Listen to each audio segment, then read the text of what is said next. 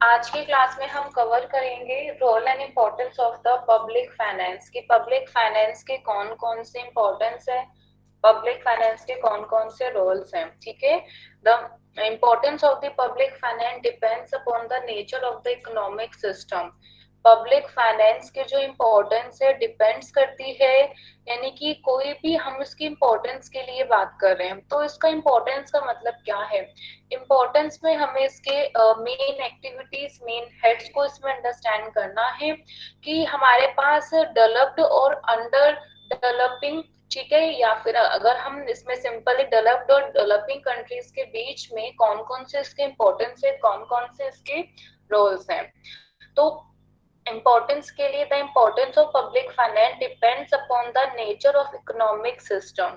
तो public finance का important depends upon nature of economic system, economic system के nature पे डिपेंड करता है।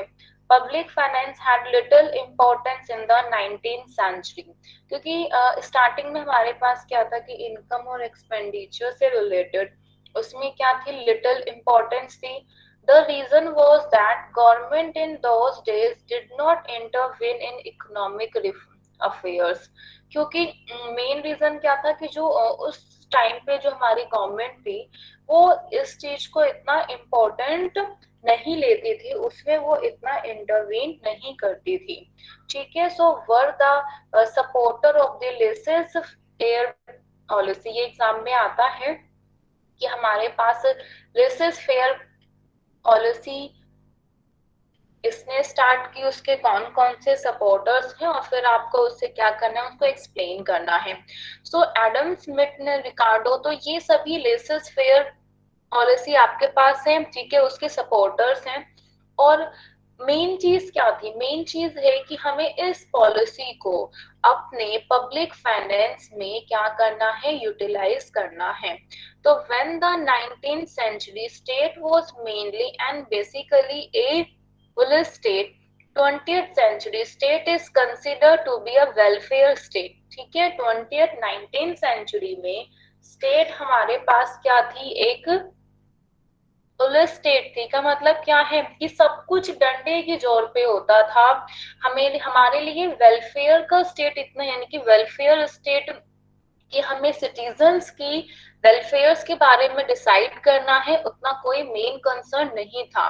तो in the 20th century the state is considered to be a welfare state whose main objective is to promote economic, political and the social well-being of a citizen, जिसका main objective citizens के economic, political और social wellbeing को promote करने के लिए था। It means in the 20th century and from the beginning of the 20th century the role of the state has completely changed, and its main objective is to promote the economic and political and the social well-being of a citizen। उसका main important क्या था, जो main उसका objective था, economic, political and social wellbeing of a citizen, इन सबको promote करना।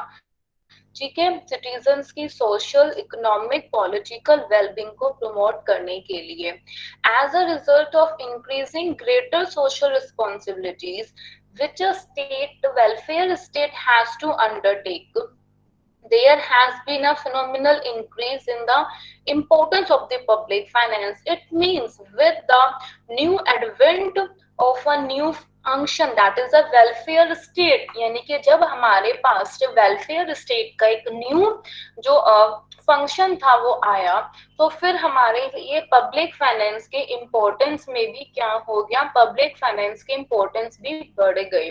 सो there has been increase in the importance of public finance. तो पब्लिक फाइनेंस की इम्पोर्टेंस भी क्या हो गई, बढ़ गई, इंक्रीज हो गई। The importance of public finance can be studied under the following heads. तो हम यानी कि फॉलोइंग हेड्स में से पब्लिक फाइनेंस के इम्पोर्टेंस को स्टडी करेंगे। Number 1, causes of increasing importance of public finance in a economy। कैसे कि हमारे पास पब्लिक फाइनेंस इकोनॉमी में ऐसे खुद ही कारण एमर्जेस होने लगे कि जिसके कारण से मजबूरी में ही हम उस एक्टिविटीज को करने लगे। इट मीन्स मजबूरी में ही हमें पब्लिक फाइनेंस के इम्पोर्टेंस को करना पड़ा। तो there are the three significant reasons behind the increasing importance of public finance.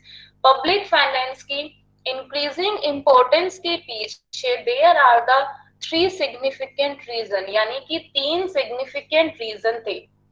Public finance की इंपॉर्टेंस के हिसाब से क्या थे कि तीन सिग्निफिकेंट रीजन थे। कौन कौन से? Number one, increase in the activities of the government, यानी कि गवर्नमेंट की एक्टिविटीज में क्या हुआ? इंक्रीज हुआ। यानी कि जब भी गवर्नमेंट की एक्टिविटीज में इंक्रीज हुआ, इट मींस कि जब कौन कौन सी गवर्नमेंट की एक्टिविटीज एनहांस होने लगी, when the areas of the government has been enhancing, तो its role of the public then the role of the public finance has been emerged a lot. So public expenditure in a modern times has an increasing trend on the account of ever increasing scale of the state activity. So this is completely based on the Wagner's law of the increasing expansion of the state activities. What are those activities? Those activities are the different at the different levels of a government. So according to the Wagner, there are the inherent tendencies for the activities at the different levels of a government. Fine. So Wagner's के according, there are inherent tendencies for the activities at different layers of a government. Government के different levels पे activities के लिए different क्या था? Tendencies थी। तो such as the central state government. Clear?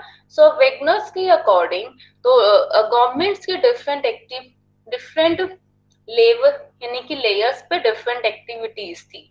It means कि enhancing the activities of the government in each and the every level, in each and the every area. ठीक है, the intensively and the extensively. Intensively means in a deeper area also and extensively. This theory reveals that there is a persistent tendency towards an increase in the expense and the states of and functions of a state. So this theory ने reveals किया कि जिस तरीके से government के different layers हमारी increase हुई, तो गवर्नमेंट्स के डिफरेंट एक्टिविटीज एनहांस होने लगी। कि जैसे हमारे पास गवर्नमेंट्स के लेवल्स कितने हैं? 3 लेवल के, स्टेट गवर्नमेंट, सेंट्रल गवर्नमेंट, ठीक है, एंड हमारे पास कौन से हैं? विलेज लेवल पे डिस्ट्रिक्ट लेवल्स की गवर्नमेंट है। तो इन तीनों की एक्टिविटीज एनहांस होंगी और एक्टिविटीज बिना किसी इनकम और एक्सपेंसेस के नहीं आगे कैरी फॉरवर्ड होंगी। तो यही था वेगनर्स का law of increasing expansion of the state activities. तो जब स्टेट एक्टिविटीज एनहांस होने लगी तो उसमें हमें इनकम की भी रिक्वायरमेंट है, उसमें हमें एक्सपेंसेस की भी रिक्वायरमेंट है। So towards an increase in the expenses and the function of the state. So the theory reveals that there is a persistent tendency towards an increase in the expense and the functions of a state. तो state की functions और expense के towards persistent क्या होने लगा? increase हुआ। Next is the second is the increase in the effect on economic life. तो economic life के ऊपर कौन कौन से क्या है effect में increase हुआ? ठीक है, increase in the effect on the economic life.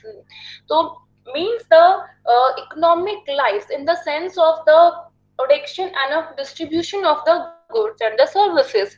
When the life of a common people changes drastically, then the production of goods and services and their types are also changes. So it influences the level of the production and distribution of the national income, the allocation of the resources and the level of the employment. So public finance is nowadays considered to have a considerable impact on the level of the economic activity of the country, and there is a significantly written here the considerable impact on the level of the economic activity of the government की economic activity के level पर considerable क्या होना, impact होना.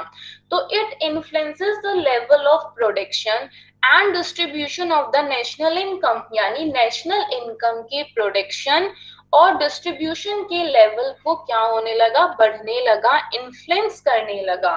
क्या मतलब था इस पॉइंट का? इस पॉइंट का मतलब है कि जिस तरीके से हमारी इकोनॉमिक लाइफ में चेंजेस आने लगे, हम यहाँ पे अपने स्टैंडर्ड ऑफ लिविंग के अलावा हम यहाँ पे इकोनॉमिक लाइफ की बात कर रहे हैं. इकोनॉमिक लाइफ का मतलब क्या हो गया है कि जैसे हमारे पास वैरायटीज ऑफ द गुड्स हैं. अगर हम आज एक मार्केट में मोबाइल फोन लेने जाएंगे तो हमें बहुत सारी वेराइटीज मोबाइल फोन्स में मिलेंगी, गुड्स में मिलेंगी, सर्विसेज में मिलेंगी. So it enhances the level of production and distribution of the national income, allocation of the resources. यहाँ पे हमें अपने पैसे को कहाँ पे लगाना है, अपने फंड को हमें कहाँ पर लगाना है.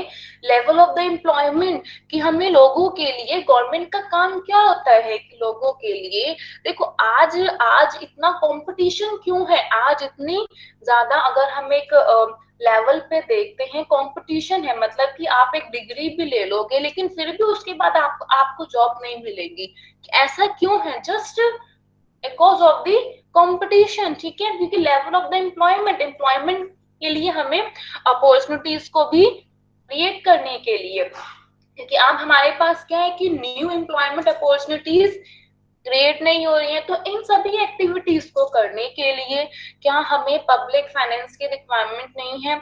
So as a result of the government policy regarding the taxation and expenditure, production can be increased, saving and investment can also be increased.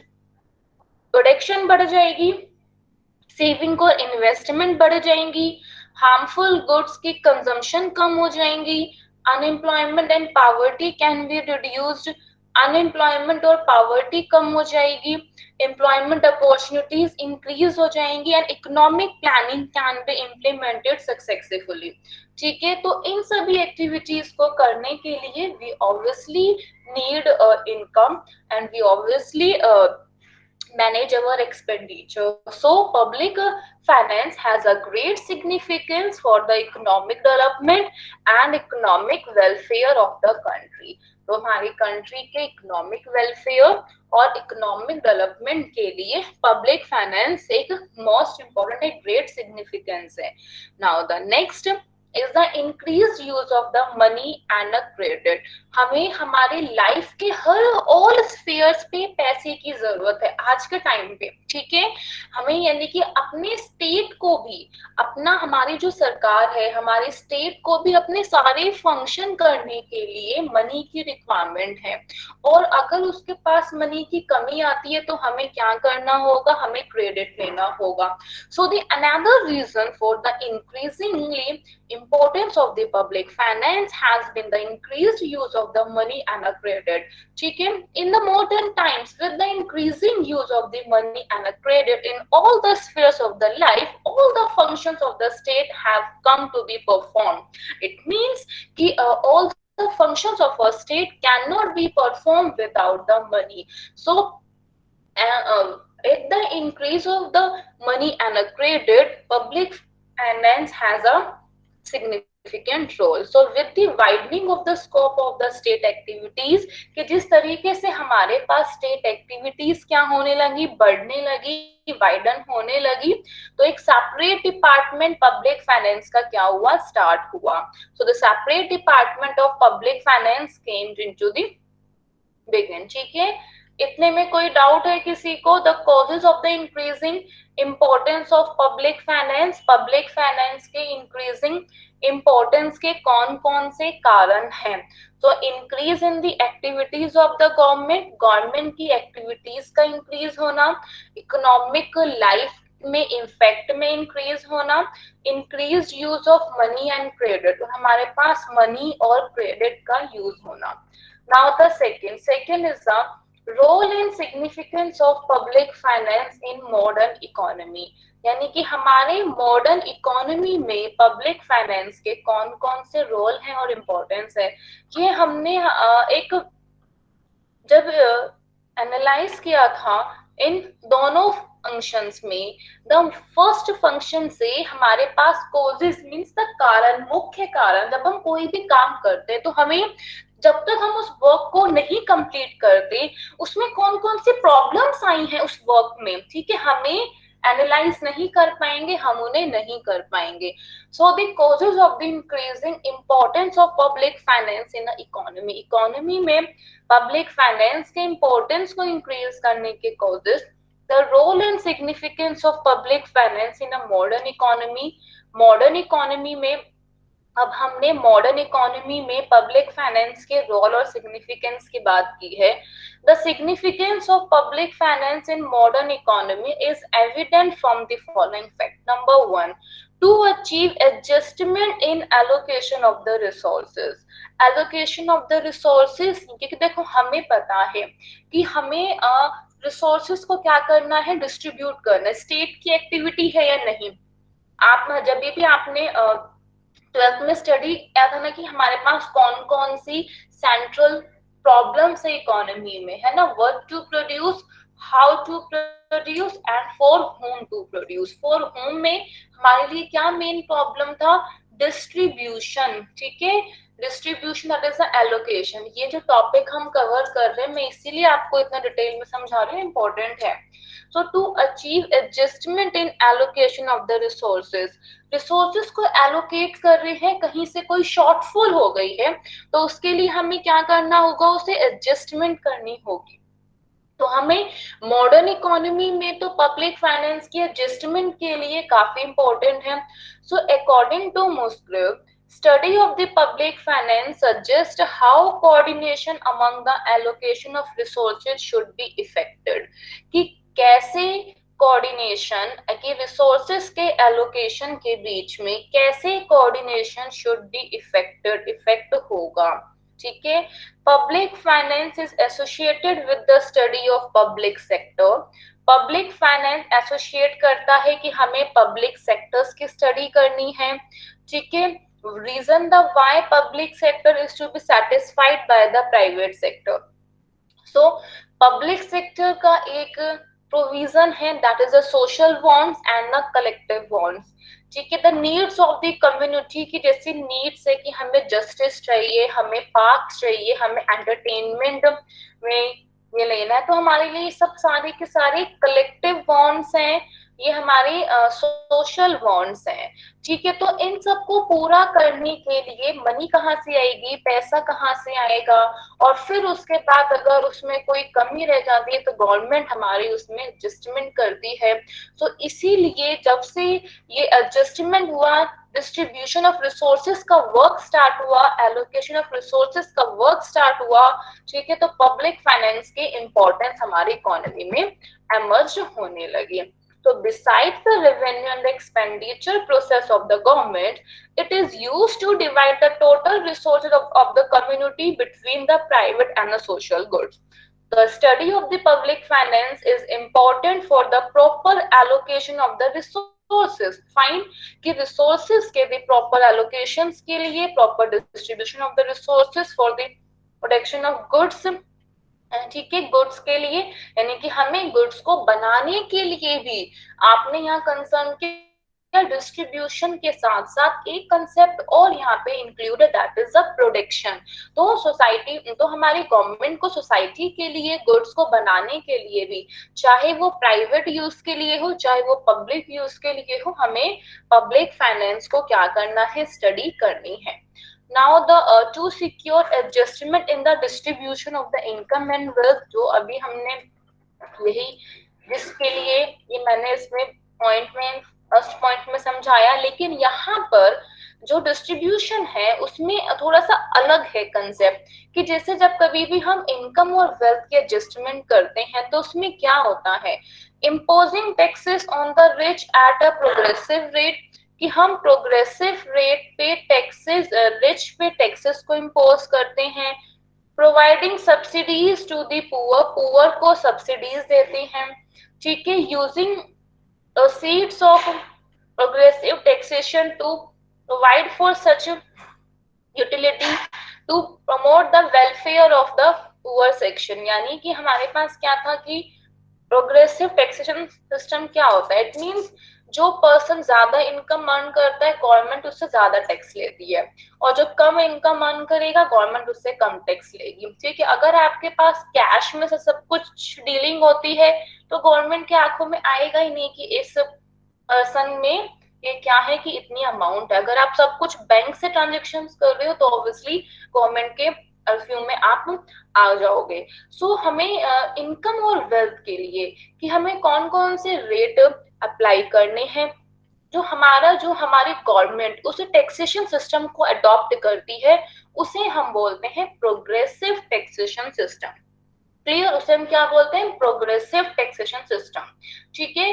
तो जैसे कि आपने देखा है कि नमक है, शुगर है, सॉल्ट है, चीन, तो इन सब चीजों पे हमारे पास जो गवर्नमेंट टैक्स लगाती है वो कम लगाती है। क्यों? क्योंकि ये एक ऐसी बेसिक एमिनिटीज हैं जो कि पुअर के द्वारा, रिच के द्वारा, सभी के द्वारा यूज की जाती है। So levy high rate of interest taxes on the luxury goods, यानी कि लग्जरी गुड्स पे, जो गुड्स आपके महंगे होंगे, लग्जरी गुड्स हैं कि जैसे कि आपने कोई लग्जरी कार ली है, ठीक है, लग्जरी आपने कोई व्हीकल ली है, तो आपने कोई लग्जरी कोई भी लैपटॉप, तो उसके ऊपर जो आपका टैक्स लगेगा वो क्या लगेगा, ज्यादा लगेगा, क्योंकि ये आपकी जरूरत की चीजों में नहीं है। हमारी लाइफ को गुजारने के लिए जो जो चीजें हमारी रिक्वायरमेंट है उनमें गवर्नमेंट ने टैक्स लगाए हैं कम। बाकी जो हमारे स्टैंडर्ड ऑफ लिविंग को, हमारे लिविंग स्टैंडर्ड को हाई करने के लिए, क्योंकि हम एक गुड्स जो खरीद के लेके आते हैं उसमें हम टैक्सेस पे करते हैं। अगर आप एक नमक भी लेके आए हैं तो भी आपको उस पर टैक्स पे करना है, ठीक है। और उन सब का टैक्सेस कहाँ जाएगा, सरकार के पास जाता है, गवर्नमेंट के पास जाता है। सो हमें इसमें यही है कि जो हमारे लिए बेसिक रिक्वायरमेंट है हमारी लाइफ के लिए उन पे हमें कम टैक्सेशन है, और जो हमारी लाइफ में लिए क्या है कि बेसिक से बढ़ के हैं, that is our luxury goods हैं, ठीक है, तो उनपे हमें ज्यादा टैक्स पे करना है। तो इस सिस्टम को हम प्रोग्रेसिव टैक्सेशन सिस्टम कहते हैं। So this is called as progressive taxation system, ठीक है। सो हमारे डिस्ट्रीब्यूशन ऑफ द इनकम और वेल्थ में एडजस्टमेंट को सिक्योर करने के लिए हमें इन चीजों की रिक्वायरमेंट है, यानी कि हमें पब्लिक फाइनेंस की रिक्वायरमेंट है कि गवर्नमेंट को कहाँ कहाँ पे किस तरीके से एक्ट होगा। इसका मतलब क्या है कि बेसिक एमिनिटीज में कॉमन पीपल के लिए लो लेवल ऑफ इनकम में कम है और बाकी में हाई टैक्स है। Now the next point is the third point is to achieve the economic stability. Economic stability, जैसे हम अपना फैमिली को रन करते हैं, हम अपना घर चलाते हैं, इसमें क्या होता है कि यानी कि आज इनकम है तो कल नहीं है, कल आज पैसे तो कल नहीं है, तो ऐसे ही हमारी सरकार के पास भी है, ऐसे ही हमारी गवर्नमेंट के पास भी है। क्या आज गवर्नमेंट के पास पैसा है और कल नहीं है, कल नहीं होगा तो ये देश कैसे रन करेगा, क्योंकि यहाँ पे एक दो लोगों की, तीन लोगों की, फैमिलीज की 10 इतने करोड़ जनसंख्याएं क्या है, यहाँ पे क्या इंपॉर्टेंट है। और हमारे लिए क्या चाहिए, हमें चाहिए इकोनॉमिक स्टेबिलिटी। हमें इकोनॉमिक स्टेबिलिटी को, इकोनॉमिक डिस्टोर्शन को हमारी इकोनॉमी में, इकोनॉमिक फ्लक्चुएट ना करे, ठीक है। कि आज आपने देखा है ना कि क्योंकि गवर्नमेंट के पास, अपने गवर्नमेंट के जितने भी एम्प्लॉयज हैं सबकी सैलरी टाइम पे देनी है। अगर गवर्नमेंट के पास इनकम नहीं होगी, पैसे नहीं होंगे, तो पूरा जो मतलब कि वर्ल्ड है, सॉरी नॉट द वर्ल्ड, हमारा जो इंडिया है वो क्या हो जाएगा, बिल्कुल एक इकोनॉमिक इन फ्लक्चुएशंस में घिर जाएगा, ठीक है। सो हमारी गवर्नमेंट का ये एक मेन भी टास्क है, मेन कार्य है कि वो इकोनॉमिक स्टेबिलिटी को अचीव करे। तो there is a full employment और stability in the economy, then the existing level of the taxes and the public expenditure can be maintained। तभी हम एक लेवल ऑफ द टैक्सेस और पब्लिक एक्सपेंडिचर को maintain कर सकते हैं। And then the to order in order to remove the involuntary unemployment, ठीक है, इनवॉलंटरी अनएम्प्लॉयमेंट को रिमूव करने के लिए। देखिए एम्प्लॉयमेंट भी हमारे पास ना अलग अलग है, ठीक है, कि जैसे हम हमारा मेन कंसर्न गवर्नमेंट का क्या होता है कि जैसे मान लीजिए कि कोई डैम बनना है, ठीक है, ब्रिजेस बनना है, तो उसमें जो लोग काम करेंगे तो वो सिर्फ जब तक वो डैम नहीं बनता या जब तक वो जिस डैम बन जाएगा या ब्रिजेस बन जाएगा उस डेट तक ही वो लोगों को नौकरी मिलेगी। उसके बाद क्या क्या उसके बाद उन्हें आगे नौकरी मिलेगी? तो इन चीजों को देखने का भी कार्य गवर्नमेंट का है। आज हमारी इकोनॉमी में इतने ज्यादा अनऑर्गेनाइज सेक्टर्स हैं, लेकिन हम गवर्नमेंट का कार्य क्या है, गवर्नमेंट का वर्क है कि फिक्स्ड करना ऑर्गेनाइज सेक्टर्स को, कि एक इंसान जहां लगा उसे वहां पे अपनी क्या मिले, फिक्स्ड मिले, ठीक है, लेकिन आज ऐसा नहीं है, ठीक है। तो वही हमारे लिए सारे के सारे पॉइंट्स, हमारे इनवॉलेंट्री अनएम्प्लॉयमेंट को रिमूव करना, इफेक्टिव डिमांड को इंक्रीज करना, टैक्सेस को कम करके इन्फ्लेशन को चेक करना, पब्लिक एक्सपेंडिचर कम हो सके और टैक्सेशन का लेवल क्या हो सके, हमारा टैक्सेशन का लेवल एनहांस कर टैक्सेशन का लेवल इंक्रीज करे। Now the two accelerate the economic development, obviously growth नहीं है यहाँ पे, डेवलपमेंट है, क्योंकि हमें डिफरेंट एरियाज में अपने इकोनॉमिक को क्या करना है, डेवलप करना है। तो saving, income, standard of the living, national per capita income, employment, planned economic development, prosperity, rapid reduction in poverty, इन सभी में अपने इकोनॉमिक डेवलपमेंट को हमें क्या करना है, इंक्रीज करने के लिए, ठीक है। इकोनॉमिक डेवलपमेंट को हमने इन सभी में क्या करना, एनहांस करने के लिए।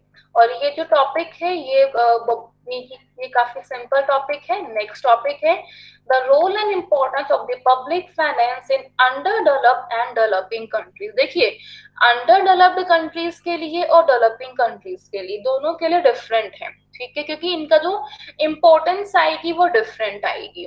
तो the role of public finance in developed countries is to maintain, उन्हें क्या मेंटेन करने, क्योंकि अभी तक हम सिर्फ और सिर्फ बेसिक एमिनिटीज के लिए ही लड़ रहे हैं, और वहां पे लड़ाई किस चीज की है, वहां पे लड़ाई है कि फुल एम्प्लॉयमेंट के लेवल को मेंटेन करने के लिए। The role of public finance in developed countries is to maintain the level of full employment and to stabilize the rate of the growth, यानी ग्रोथ रेट को स्टेबलाइज करने के लिए, एम्प्लॉयमेंट के लेवल को मेंटेन करने के लिए। लेकिन अनडेवलप्ड इकोनॉमी में अभी तक हमें हमारी इकोनॉमिक ग्रोथ को ही एनहांस करना है, अभी तक हमें कैपिटल फॉर्मेशन करनी है, एम्प्लॉयमेंट को जनरेट करना है। फुल एम्प्लॉयमेंट की तो कोई बात ही नहीं है। इट मीन्स कि अभी तक सबसे स्टार्टिंग में हमें क्या, कैपिटल फॉर्मेशन को एनहांस करना है। Now the role and importance of the public finance in under developed and developing countries. Number one is the capital formation. Capital को क्या करना है, हमें फॉर्म करना, क्योंकि अभी तक हमने देखा है मेन सारा टास्क यही है कि हमारे लिए ज्यादा से ज्यादा क्या हो, एसेट्स जनरेट हो, हमें एम्प्लॉयमेंट को हम क्या करें, प्रोवाइड करें। So capital formation can be increased through the effective and well planned taxation policy, क्योंकि जब तक आपके पास इनकम आएगी तभी आप उन इनकम को, हमारी जो गवर्नमेंट है कहीं ना कहीं पैसा लगाएगी, इन्वेस्ट करेगी, तभी पब्लिक को दिखेगा कि हाँ गवर्नमेंट क्या कर रही है, वर्क कर रही है, उस अमाउंट को लगा रही है।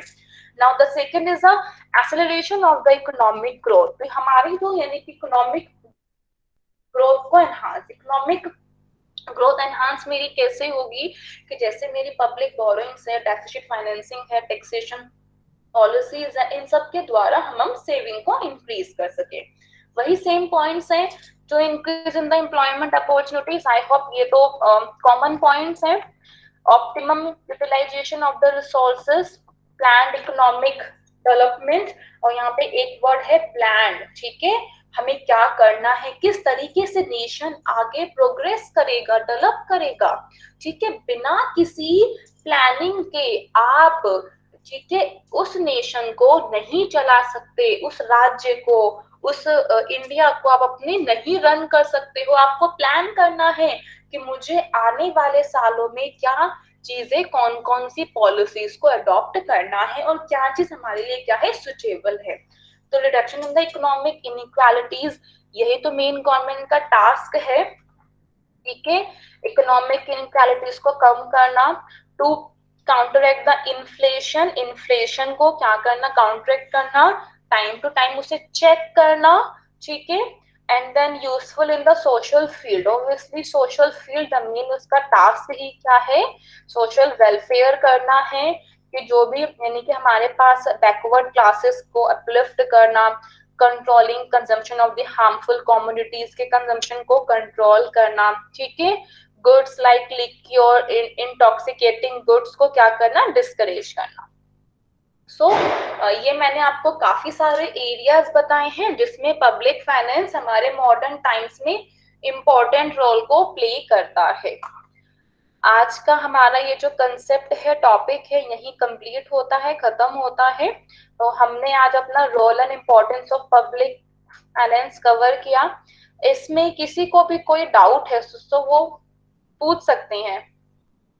Any doubt?